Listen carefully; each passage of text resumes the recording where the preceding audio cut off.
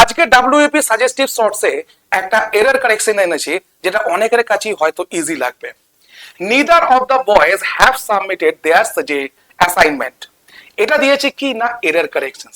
দেখো এখানে সাবজেক্ট কি না বয়েজ, তারপরে হ্যাভ আছে, কিন্তু আমি বলছি এটা হ্যাজ হবে। কি বলছেন স্যার, নাউন যদি প্লুরাল হয় তাহলে তো ভার্বও প্লুরাল হয়। হ্যাঁ আমি মানি, কিন্তু এখানে কি আছে নিদার। দেখো বাবা, এই যে ইদার এবং নিদার, ঠিক আছে, এদের পরই যদি কখনো কোনো নাউন বসে সেটা হবে সিঙ্গুলার। আমি যদি বলি ইদার বয় অর গার্ল, ঠিক আছে, আমি যদি বলি ইদার অফ দ্য বয়েজ, কেন বলছি অফ দ্য, অর্থাৎ each every either neither any none, এই ওয়ার্ডগুলোর পরেই যখন নাউন বসে সেই নাউনটা হয় সিঙ্গুলার। আবার each every either neither any none, এদের পরে যদি অফ দ্য বসে কোনো নাউন বসে সেই নাউনটা কি হয় না plural. But what ever the noun is, it doesn't matter, the verb remain singular.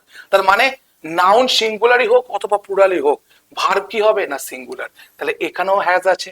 আর যদি বলতো নিদার, যদি বলতো ইচ বয়, তখন এটা সিঙ্গুলারই হতো।